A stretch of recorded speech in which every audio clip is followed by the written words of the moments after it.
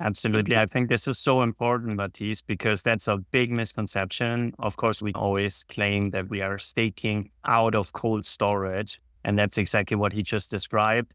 Another misconception is people think that when we say stored or safeguarded in cold storage, that the actual coins are safeguarded. But as Baptiste perfectly described, it is actually the private keys. So the coins, for instance, Bitcoin, they always live on the blockchain. However, the custody takes care of the private keys, which are the keys and the access to those assets. I think it's really important also from an educational perspective. I saw also a question in the Q&A about the risk of staking. You have two main risks in staking. The first one is about slashing. The second one is about liquidity. So let me dive into each risk and how actually our ETPs are designed in a way to mitigate these risks. So slashing is a penalty mechanism to punish bad behavior or negligent behaviors from the staking providers.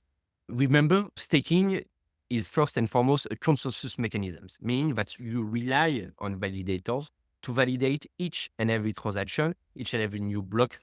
So you have a huge focus on compliance and good behavior, the people who are actually validating these blocks. So therefore, to prevent them from either being offline at a crucial moment when people actually need to generate transactions, or to try to manipulate the network, or to do some nonsense such as double signing a transaction, you are actually punished if you are not acting professionally. And this punishment is actually about burning the assets or confiscating some of the stake assets.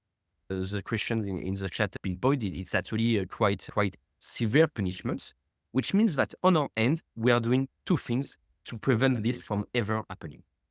The first one is that we are only working with top-tier institutional staking providers that we have very heavily due diligence, that have an excellent anti-slashing track record.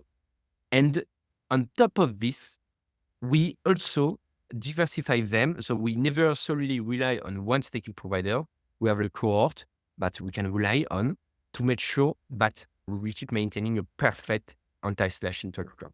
Just for the avoidance of doubt, none of our staking ETPs never had any single slashing event.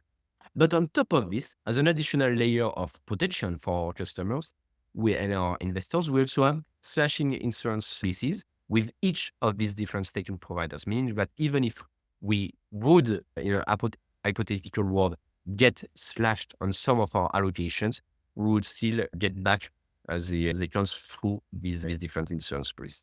But again, to reiterate, we absolutely never had any single slashing event on our staking ETPs. I think it's also very important here that slashing is really important from a game theory point of view. That's exactly why blockchain works. Everyone in the network, it's always economically incentivized to say the truth or to act in good faith. And therefore, obviously, the slashing is basically just preventing bad actors to enter the network. Absolutely. That being said, there is also another risk about staking, and it's all about liquidity. So as you might know, when you actually decide to make a staking allocation, when you will use your private key to sign an allocation and authorize it, you will actually have a warm-up period. It will take some days, even potentially weeks, for your coins to be actually allocated to a validator and to start earning rewards. But the other way is also true. When you decide to unallocate, to exit your staking positions, it will then again take time, which is what we call the lockup period. It can take up to 6 months for certain cryptos, but more generally, it's between, I would say, 1 and 2 weeks. However, for investors such as yourselves, we don't want to limit the liquidity of our products. So what we have designed is a very in-house and through a lot of proprietary algorithm. It's an in-house approach, very risk-averse, data-based, with a model to actually optimize the utilization rates, which means the proportion of the ETP, which is actually its state, to offer the most liquid product for investors. which is redeemable each and every day. Meaning that, let's take, for instance, the example of Ethereum. Right now, if you decide to stake Ethereum by yourself, you will have to generally wait 10 days to exit your allocation, to unstake your assets. Whereas if you invest into, for instance, our ETH product, you will enter today. Tomorrow, you can absolutely exit your position, but you would still have benefit from the ongoing passive yield generated. So our way to manage against this is basically through several models of market forecast, order management, and so on, to ensure that you can bypass this liquidity risk and still have access, by the way, to the lowest spreads of the market. Which Do you get the same yield if you do it via an ETP versus directly? you have several variables that need to be taken into account.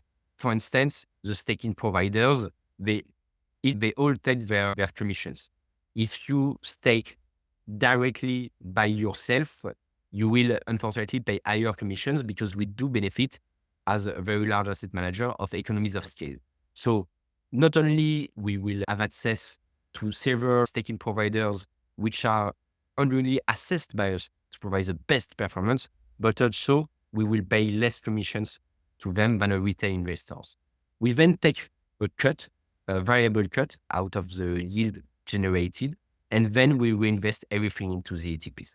And just to end up on the risk mitigation, you also have way different lockup periods chain by chain, which means that, for instance, Solana, it's currently up to 3 days to exit your positions, to unallocate staking stake assets, which means that therefore it's easier to stake a larger portion. You also have blockchains, for instance, like Tesos, where the lockup period is actually instantaneous, which means that as soon as you decide to unstake your assets, you can do it. And this is how, if you want, that we manage this whole liquidity constraints. But again, what I really want to stress out is similar to the staking, to the slashing risk. This is something that we manage in-house to offer for the investors the safest and quickest and also easiest access to staking. We are quite aware that this is something quite new, especially for TradFi investors, and that's how I believe that we have designed a very, very seamless way to get access to both staking and the yield it generates.